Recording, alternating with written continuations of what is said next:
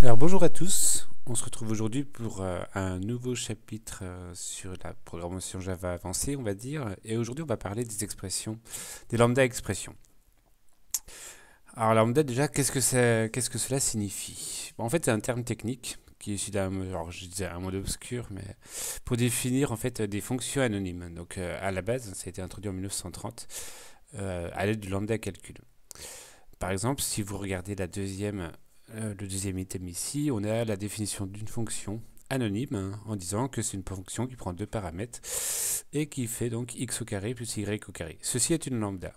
Ceci est une autre lambda, le troisième item, avec un paramètre de l'ordre supérieur dans le sens où un des paramètres est lui-même également une fonction, puisqu'on peut l'appliquer sur les autres paramètres. Par exemple, x, y et f, on peut faire f de x plus f de y. Donc évidemment, il y a différents langages qui permettent de faire de la programmation fonctionnelle. Certains étudiants sont passés par là en L2, il me semble. Et donc vous avez Lisp, OCaml, Scheme, Haskell et Scala. Et depuis Java 8, on a les prémices de la programmation fonctionnelle qui apparaît en Java. Alors quand je dis prémices, hein, c'est simplement là, pour l'instant des outils qui permettent de faire des choses qui sont issues de ce monde-là. En particulier, on peut définir justement une fonction ailleurs qu'au sein d'une classe, hein, chose qui était impossible auparavant. Grosso modo, on était obligé de créer une classe, on ne pouvait pas faire de fonction anonyme avant Java 8. Et à partir de Java 8, en fait, ils ont introduit donc les bfunctions ainsi que les functions. Et là, par exemple, on a une bfunction qui nous permet justement d'avoir deux paramètres double et qui va nous retourner un double.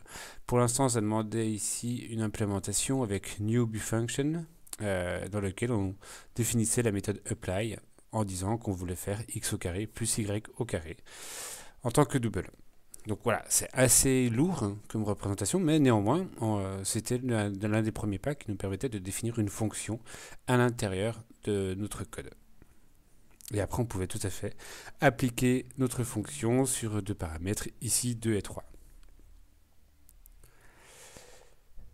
Donc après, la question qui pouvait se poser, c'était, ok, pour une fonction à trois paramètres, on fait comment? On utilise une trifonction. Non, c'est pas comme ça que ça marche. En réalité, à partir du moment où en fait, on a les functions et les bfunctions qui nous permettent de définir des fonctions à un paramètre ou deux paramètres, alors on peut, avec un peu d'astuce, générer autant de fonctions, enfin des fonctions avec autant de paramètres que souhaité. Là, typiquement, ici, on avait une fonction à trois paramètres. Bon, on l'a transformée en une fonction de deux paramètres qui retourne une fonction de un paramètre. Sachant que x et y vont être fixés ici, ça va nous retourner une fonction où il y a z, sachant que avec comme corps de méthode, du coup, x au carré plus y au carré fixé par la précédente fonction, et dans le z au carré qui est plus qu'à fixer par la dernière fonction qui va être retournée après l'application des deux premiers.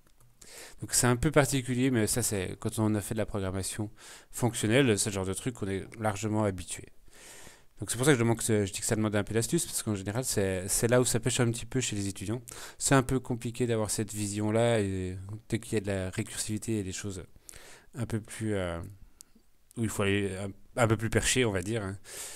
Voilà, c'est plus difficile. Donc ici on a typiquement pour faire ce que vient de faire ici, voilà comment ça se traduira en Java. On aurait une bfunction qui, dont le corps ici permettrait de dire que ça nous retourne une function avec un paramètre double qui retourne un double. Là on avait les deux paramètres double mais qui retournait une function qui prenait un paramètre double et qui retournait un double. Et donc le corps de la méthode, c'est le même que celui qu'on avait tout à l'heure, avec matplotlib, enfin x au carré plus y au carré plus z au carré. L'application est un peu différente parce qu'on n'a pas un apply avec trois paramètres, mais on a tout d'abord un apply avec les deux premiers paramètres x et y qui sont injectés.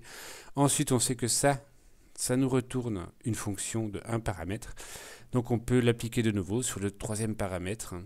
Et enfin, on obtiendra le résultat attendu. Bon, encore, on voit que c'est... Alors, non seulement c'est pas simple d'accessibilité, mais en plus, c'est un peu lourd à écrire quand même. On va pas se mentir. Donc la question légitime que l'on peut se poser, c'est ça les lambda? Bah, en fait non. Ça ressemble à ça. L'idée c'est effectivement de définir des fonctions, mais de manière un peu plus syntaxique, pas syntaxique, un peu plus court, largement que ceci. Donc, on a envie d'avoir un truc qui serait proche de ceci en fait. D'avoir une variable f qui stockerait donc une lambda qui prendrait trois paramètres et dont le corps de la fonction serait celui-ci. Bon, il s'avère que si on essaye de faire ça, on a un problème.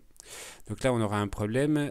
En particulier, il nous dirait que les x, y, z sont des lambda paramètres et que ce ne sont pas des doubles. Donc il n'arrive pas à inférer quelque part le type de x, y et z. Donc on pouvait se dire dans un second temps, bah, ce compte-là c'est pas trop dur, hein. Je vais simplement ajouter double, double, double pour chacun des paramètres et ça va faire l'affaire. Alors oui, ça fait l'affaire dans un premier temps ici, mais on a un autre problème.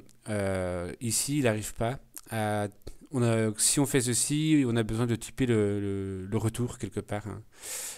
Enfin, en tout cas, la sorte de la fonction f. Et là, pour le coup, le compilateur n'est pas capable de l'inférer. Et donc en réalité, la finalité de la chose, c'est de définir une interface. Donc ici, on l'appelle ma fonction, qui a une seule méthode abstraite, fonction abstraite, ici qui retourne un double et qui est appliquée à trois doubles.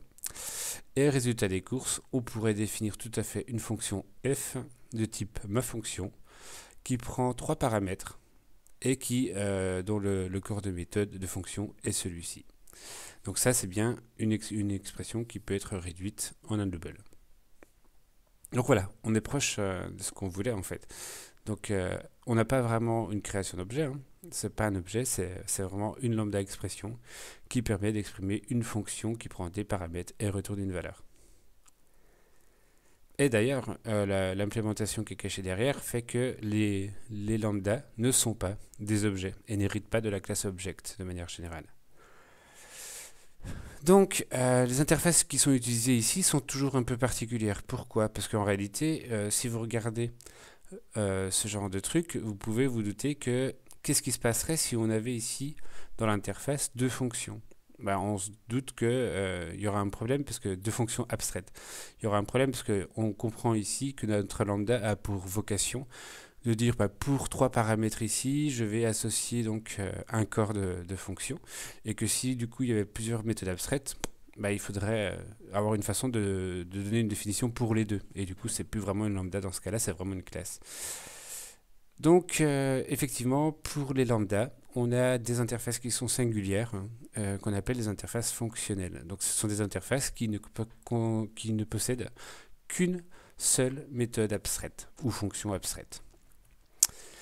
Et on peut du coup typer et annoter ce genre d'interface avec la fonction @functionalInterface. De cette façon-là, enfin, quoi qu'il arrive, une lambda ne pourrait être uniquement affectée à ce genre d'interface. Donc que votre interface soit annotée ou pas, c'est pas vraiment un problème. Quelque part, la notation, elle est juste là pour garantir qu'il n'y aura qu'une seule méthode abstraite. D'accord? C'est comme le @override que vous utilisez dans vos classes Java de manière générale. D'un point de vue exécution, ça ne change rien. Par contre, d'un point de vue compilation, si vous définissez un override sur une méthode qui n'existe pas dans l'architecture de classe, hein, le compilateur ne va pas apprécier. Là, c'est la même chose en fait. Si vous définissez une interface comme étant functional interface avec la notation, s'il ne voit une interface avec deux méthodes abstraites, il ne laissera pas passer. Donc comme je l'ai mentionné tout à l'heure, hein, une lambda n'est pas un objet et n'hérite pas d'object. Alors voilà la version, on va dire, définitive, officielle de la déclaration d'une lambda. On aura une interface fonctionnelle pour laquelle on a une seule méthode abstraite et dans laquelle du coup on peut définir notre fonction f au sein de notre programme de ce type-là et avec comme implémentation cette lambda-là. Alors les lambda effectivement sont parfois utilisés dans d'autres contextes et on l'utilise comme du coup à la place du moins de classe anonyme. Typiquement ici on a le predicate integer pair. Donc predicate c'est un truc qui possède une seule fonction qui prend ici un entier en paramètre et qui retourne un booléen. Et donc là on peut tout à fait lui associer une fonction x qui teste par exemple la parité de x. C'est pareil, vous avez la classe runnable qui a une seule méthode, peut-être execute, je ne sais plus le nom exactement, mais quoi qu'il arrive, comme il n'y a qu'une méthode abstraite, on peut tout à fait définir une lambda avec un corps de fonction. Et du coup, ça va instancier automatiquement la seule méthode abstraite de runnable. D'ailleurs, si vous regardez IntelliJ, j'imagine que Eclipse c'est sûrement la même chose, il y a des outils de refactoring. Et dès que vous écrivez quelque chose avec une classe anonyme, et que c'est faisable et que c'est compatible avec une interface fonctionnelle, par exemple, enfin, ou en tout cas avec une lambda, il va vous dire ah bah attendez, vous pouvez utiliser une lambda à la place. D'ailleurs, si vous jetez un œil sur ce qui apparaît ici, on voit que c'est grisé en fait. Et en réalité, si vous sur IntelliJ, si vous cliquez là-dessus, il va vous proposer de transformer tout ceci en lambda. D'ailleurs, je pense que je dois avoir un IDE qui se balade. Ici, voilà.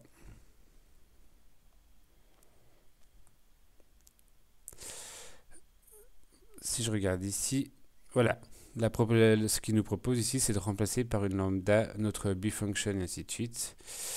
Et dès qu'on le remplace par une lambda, voilà, c'est un peu plus compact. Du coup, on peut faire exactement la même chose ici, si on le souhaite. Replace with lambda. J'ai pas dû. Voilà, c'est mieux. Et là, on peut faire la même chose à l'intérieur, évidemment. Voilà, c'est beaucoup plus compact.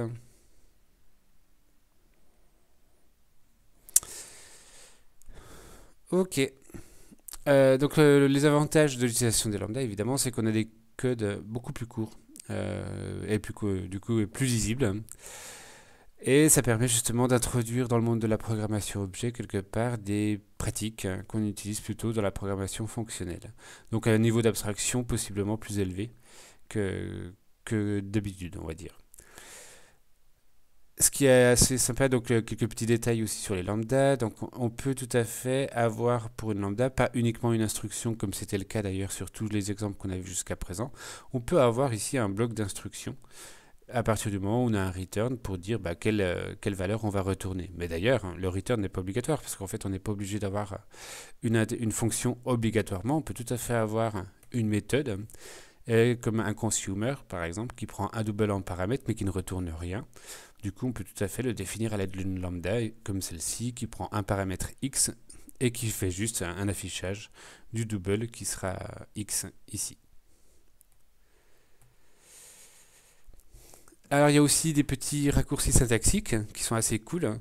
Si vous regardez ici la classe personne, donc la classe personne c'est une classe qui contient donc un nom et un prénom, qui est un constructeur qui prend le nom et le prénom en paramètre du coup et qui nous permet de créer cette personne-là. Et il s'avère qu'en réalité, si vous définissez une functional interface ici création personne, vous dites que c'est une fonction qui prend deux strings et qui retourne une personne, il s'avère que vous pouvez déléguer quelque part la création d'une personne l'exprimer de la façon suivante en fait. Vous avez création personne ici création qui est donc une fonction qui va prendre deux paramètres et qui permettra de créer une personne. Donc c'est assez élégant en fait pour pouvoir justement être capable de générer un objet, de faire un appel, plutôt qu'un appel au constructeur, on va dire un peu classique. Donc ceci est une lambda, il faut le savoir. Et évidemment, on peut avoir exactement la même chose avec le getNown qui est ici. Donc après, évidemment, il faut simplement adapter notre interface fonctionnelle. Du coup, quand on utilise pour getNown, il faudrait remplacer le type de retour par un string et on n'aurait aucun paramètre ici en tant que pour notre fonction. Non, en faisant un personne 2.2.getNown, on aurait exactement une lambda de la sorte. Donc en conclusion sur ces lambdas, ce qu'on peut dire, c'est qu'on obtient des codes plus lisibles et plus concis. C'est d'ailleurs, et on le verra dans les chapitres suivants, en fait, un mariage parfait pour l'utilisation des streams, hein. Parce que donc, quand on utilise des streams, on utilise parfois des filtres, on utilise parfois des fonctions qui permettent d'appliquer des choses sur des éléments d'une liste. Et tout ça, évidemment, se marie parfaitement et s'exprime parfaitement à l'aide de lambda. Et d'ailleurs, si ça vous intéresse, il y a aussi, dans le cadre de la programmation, de manière générale, on a des patterns de conception qui permettent de faire des applications, on va dire, évolutives et bien foutues. Et il y en a qui se sont amusés à revisiter tous les patterns de conception connus à l'aide de lambda. Donc je vous invite, si vous êtes un peu curieux, d'aller visiter un peu le web et de chercher un peu à quoi ça peut ressembler. Bon, moi j'espère que ce petit chapitre sur les lambdas va vous familiariser un peu plus avec le monde de la programmation fonctionnelle et vous aider justement à faire des applications plus concises dans un premier temps et un peu plus adaptées maintenant au monde réel tel qu'il est maintenant. À très bientôt. Ciao.